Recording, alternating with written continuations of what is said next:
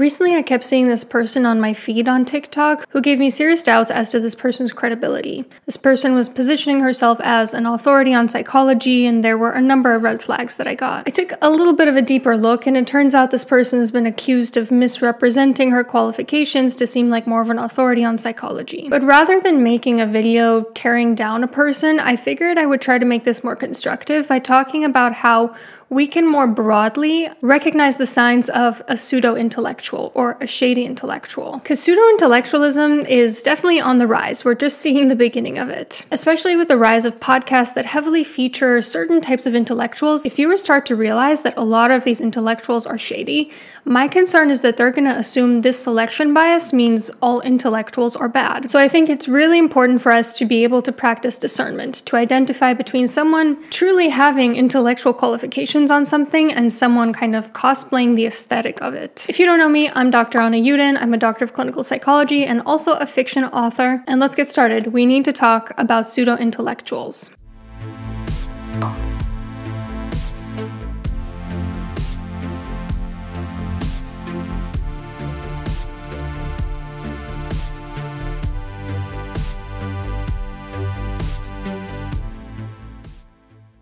I feel like the crux of this issue is really just the appeal to authority fallacy, which is when a person relies on some source of authority, like a degree, a qualification, and so forth, as their argument instead of actually making an argument. For example, let's say that John goes to the doctor and John's doctor tells him not to eat apples because they're dangerous. And when John dares to question the statement or asks what is the evidence for this, John's doctor says, "Are you seriously questioning a doctor right now?" That would be an example of an appeal to authority. Or when a person with a doctorate in, say, counselor supervision and education uses that doctorate to mislead people into thinking he's some sort of authority on, say, true crime. We live in a culture where certain types of authority are so valued to the point where they're considered a logical argument. And we put more stock in the opinions of people who are authorities on matters rather than people who don't have authority on it. And look, the truth is, there's a reason for that. When somebody has gone to school for 5, 6, 7, 8, 9, 10 years for something, there's a good chance that they probably learned certain information and skills that the average layperson might not have access to in a specific field. However, just because somebody is likely to have more information than the average layperson doesn't mean they necessarily are going to have a good take. People in positions of authority or people with specialized qualifications can sometimes make mistakes, have bad takes, even make unscientific claims. On the other hand, someone with very little qualifications in a specific field can raise good points, independently learn about the field, or even just have a fresh perspective by nature of not being in the field. I think sometimes when you're in a field really deep, you can kind of lose the forest for the trees. For example, I remember years ago at a former workplace, there was a new employee, and this employee was telling me that he wanted to shake things up at the workplace. He was suggesting how people do things a little bit more efficiently. The workplace was very resistant to that and kind of had this attitude of like, no, this is how we've always done things, so this is how we're going to continue to do things. I think sometimes when you have an outsider or someone with less experience coming in, looking at things with a fresh perspective, that can have a lot of value. So a person having authority is not a logical argument as to why they're automatically right about something. Just as a person not having authority on something doesn't automatically mean they don't have a right to speak up. We need to judge whether people are right and wrong based on the content of what they're saying, not based on their background or the amount of letters behind their name. And because we've so idealized authority as a society, we also sometimes see the shadow of this effect, how sometimes people devalue authority. Some people literally think that all doctors, all therapists, and so forth are crooks. They have almost like a kind of paranoia towards people in positions of authority that, if you really look at it deep down, is born of insecurity. Let me explain. We live in a society where authority is idealized, like I was saying. So when somebody insecure brushes up against someone in one of those positions, they're automatically going to feel inferior. They're automatically going to feel bad about themselves. And in order to compensate for that and to make themselves feel better psychologically, they go ahead and just devalue all authority and employ kind of this black and white attitude of everybody in this group is bad. Everybody in this group are crooks. And I worry that the more of these pseudo-intellectuals that we see, the more people are going to shift into that kind of splitting where they think that all doctors are bad or all intellectuals are bad or all therapists or psychiatrists, whatever. Everybody in this group is bad and mistrusting entire fields because of it. They're going to assume that a few bad apples, a few people masquerading as intellectuals, are representative of the entire field. Now, before I go into the characteristics of a pseudo-intellectual, we have to differentiate between pseudo-intellectuals and just plain old shady intellectuals. Pseudo-intellectuals are people who cosplay almost like the aesthetic of an intellectual in order to utilize the appeal to authority fallacy. They have little training or background or qualifications in the field in which they're trying to portray themselves as an expert. Or maybe they do have some qualifications, but not in the fields that they want you to think they do. And look, some of them do have insightful things to say, but the fact that they feel the need to misrepresent their qualifications signals to me that they're lying. They're willing to lie about this, they're probably willing to lie about other things too. They want to write off the coattails of an appeal to authority fallacy, probably because they want to manipulate. What qualification somebody has is just a fact. It's just information. It's just a way for you to know where that person is likely getting their information. True intellectuals, when they state their qualifications, it's just matter of fact. It's not used as an argument. These kinds of pseudo-intellectuals are what we get when we value the appearance of intellectualism over actual intellectual values. For example, I get a ton of comments still to this day, even though I've shown my diploma, even though I've made a video about this, of people who just straight up don't believe I have a doctorate, straight up think I'm lying. Not because of anything I've said, but just because I don't look like how they imagine a doctor of psychology to look. There, is that better? Do I look like more of a doctor now? And I don't expect any special treatment for being a doctor. When I interact with people, I ask them to please call me Anna rather than Dr. Anna. In my personal life, I never bring up the fact that I'm a doctor. Frankly, I sometimes forget that I have a doctorate. But it fucking sucks to know that when I move through the world, people not only automatically assume that I'm not a doctor, but genuinely disbelieve it when they learn that information simply because of the way I look. Contrast the way people disbelieve my qualifications with the way, for instance, they talk about Robert Greene. Now look, I don't have any problem with Robert Greene. I don't think that he pretends to be an intellectual, and I actually find his books to be quite insightful. But simply because he has more of the appearance of an intellectual, people tend to assume that he has a lot more qualifications than he does. The other day I heard somebody describing him as a psychologist and an expert researcher in his field. This is someone with a bachelor's in the classics, by the way, that's his background. But all because he speaks about psychology with confidence, people tend to assume that he's like a leading expert in psychology. Robert Greene is a leading researcher of psychology the same way that my three-legged cat is an expert in cat surgery. He might have some valuable insights to say on the matter, but I wouldn't necessarily trust him anywhere near a scalpel. So those are pseudo-intellectuals, people who kind of masquerade as being intellectuals. But they're also shady intellectuals that kind of factor similarly into this discussion. These are people who do have actual training or authority in the field, but chronically abuse it, whether it be to make unscientific claims, or to get very wealthy, or to pretend to be authorities in fields other than what they're actually an authority in. But at what point does somebody veer into the territory of shady intellectual? Because I think it's important for us to remember that intellectuals are not infallible. Like I said, intellectuals are human beings who sometimes make mistakes. So just because an intellectual has a bad take, that doesn't mean that they're not an intellectual. If we act like it does, then we're, again, idealizing intellectualism. I don't really know the answer to this, so I'd love to hear your input down below.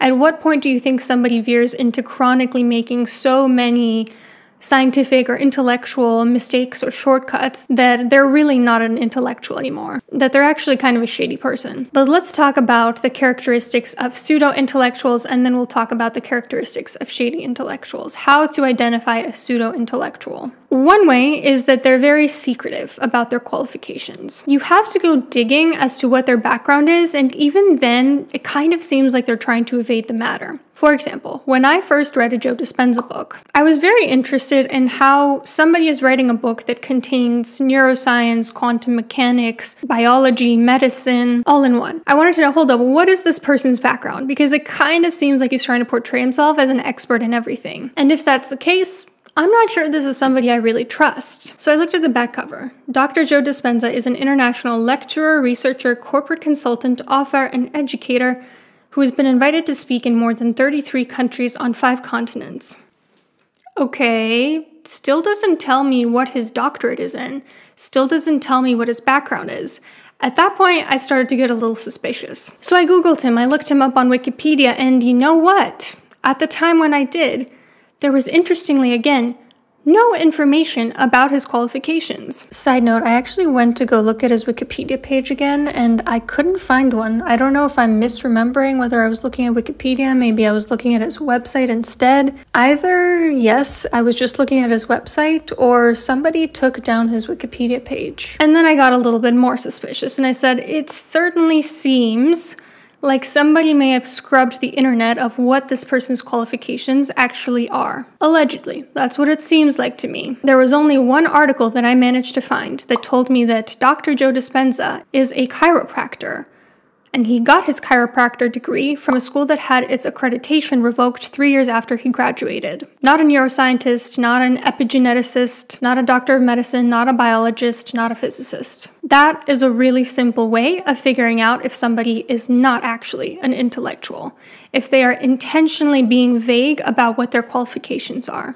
Because the more vague a person is about their qualifications, the more they're trying to mislead you about how far their qualifications go. Typically, when somebody has a certain degree or a certain licensure, they make it very clear. You do not have to go very hard trying to find it. Within 1 to 2 clicks, you can usually figure out exactly what their background is. Another way that you can spot a pseudo-intellectual is these tiny little subtle ways of cosplaying the appearance of an intellectual. For example, a huge one is you'll notice there are certain accounts of people who have TikToks, for instance, of them talking to what seems to be a podcast or talking to someone who seems to be asking them questions as if they're an authority in the field.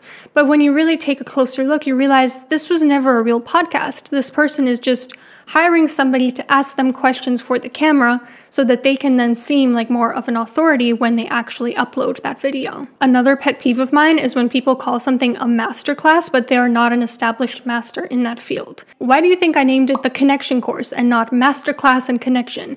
Because I'm just a doctor of psychology. I'm not a renowned expert in the field. I was having this conversation with my husband, and he was saying like, yeah, I feel like in order to call something a masterclass, somebody else needs to come to you and say, hey, I perceive you as a master. Like how Esther Perel had a masterclass with actual masterclass. You don't get to be the one to decide I'm a master in this. And there are way too many people out there who perceive themselves to be masters in a field where nobody knows about them. Another one that really annoys me is you'll see these TikToks often of usually real doctors. Again, they'll have somebody with a camera coming up to them and asking them, hey doc, what do you think about XYZ? Or what do you recommend for ABC?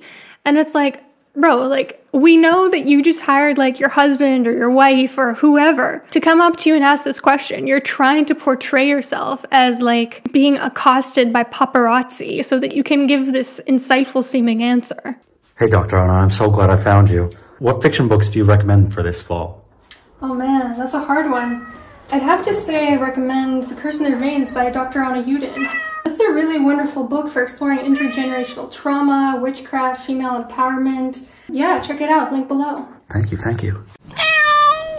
It's so manipulative. Another variation of this is when people start a video by saying, today's question asks me to analyze XYZ, that nobody asked them to analyze that. The news broke half an hour ago. How did you even make this video so quickly? Did you just look on Wikipedia? Also, pseudo-intellectuals take part in behavior that's at odds with what intellectuals are taught to do, whether it be being unprofessional, being unethical, being unscientific. All of these are things that you're kind of taught when you do higher education or when you do grad school or get extended degrees that you're not supposed to do because they're not good ways of preserving the integrity of truth. For example, calling somebody a tramp who can't afford your coaching services would be unprofessional behavior, and I seriously doubt that person would ever last in a grad school program. A person with proper qualifications would know not to do something like that. Also, pseudo-intellectuals tend to copy the work of others without giving credit. Intellectuals typically cite their sources because it's drilled into us, and also because we love to hype up our role models. It's not about grandiosity for us. Well,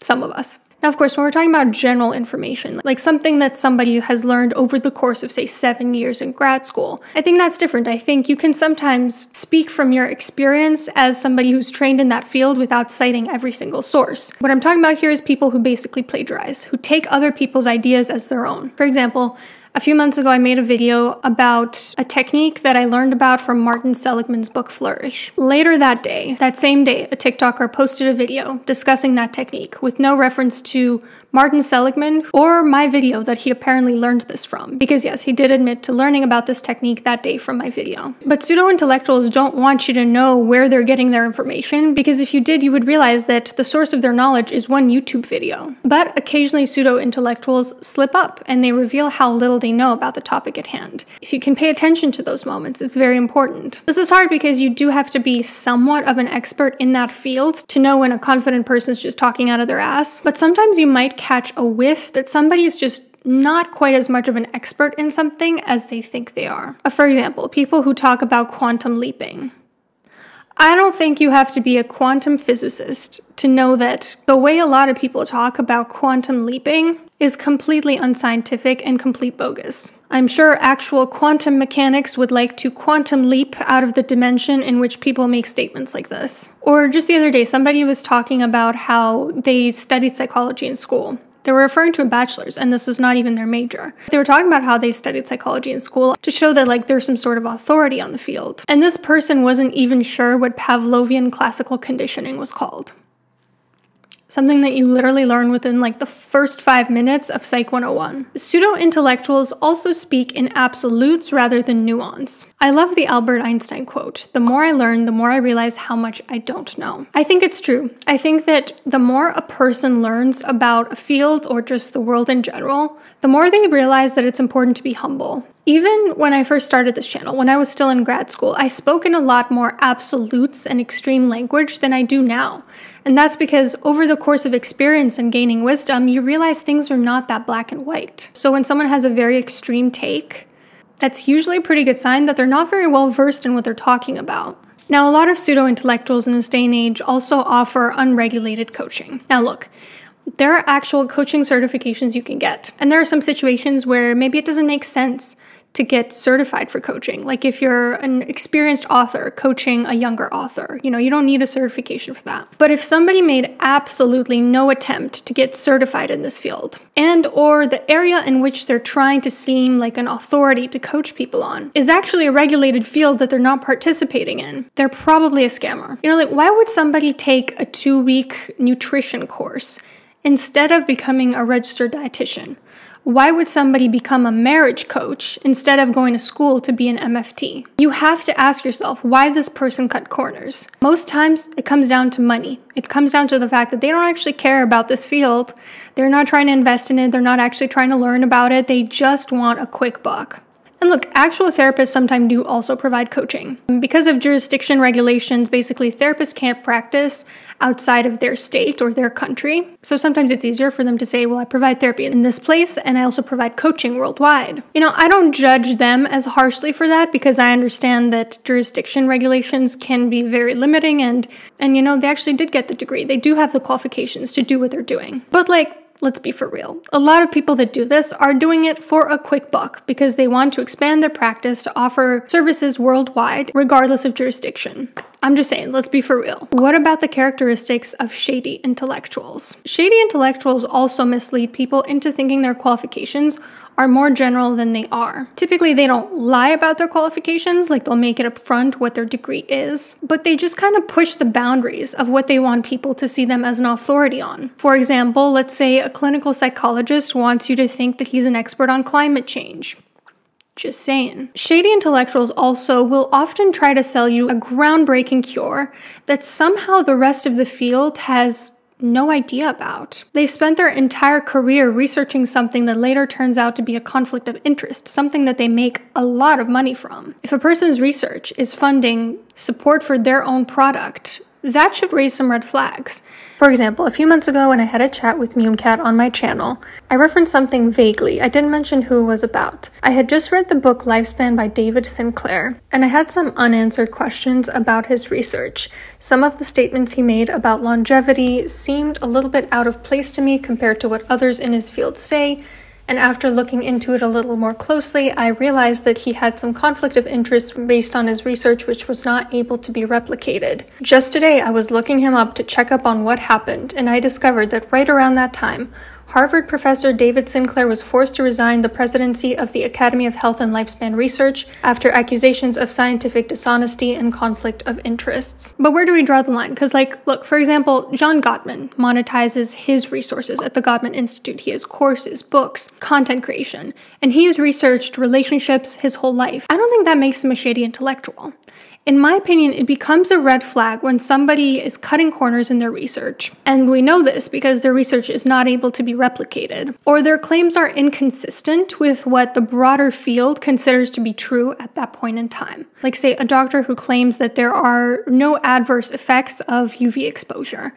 That would be something that's like, whoa, the entire field of medicine disagrees with you on this, so you're gonna need to explain what you mean by that. Or this magical cure that they're trying to sell you is completely inaccessible to the people who need it most. They're charging people thousands of dollars for a magical cure. Pretty clear they're just trying to line their own pocket, right? And also I find that shady intellectuals often try to pander to a specific audience or ideology. They've realized what their specific audience likes to hear, and they distort their research into supporting a conclusion that their audience will like. Shady intellectuals also love to hide behind the mask of neutrality or objectivity while espousing opinions that consistently reveal their ideology. Look, I'm not saying that you have to be a moderate in order to be an intellectual, not at all. But please don't try to frame yourself as some beacon of objectivity and neutrality when you experience the same exact biases and prejudices as everyone. I'm sorry, but you're not actually moderate when a majority of your viewpoints align with one side of the political spectrum,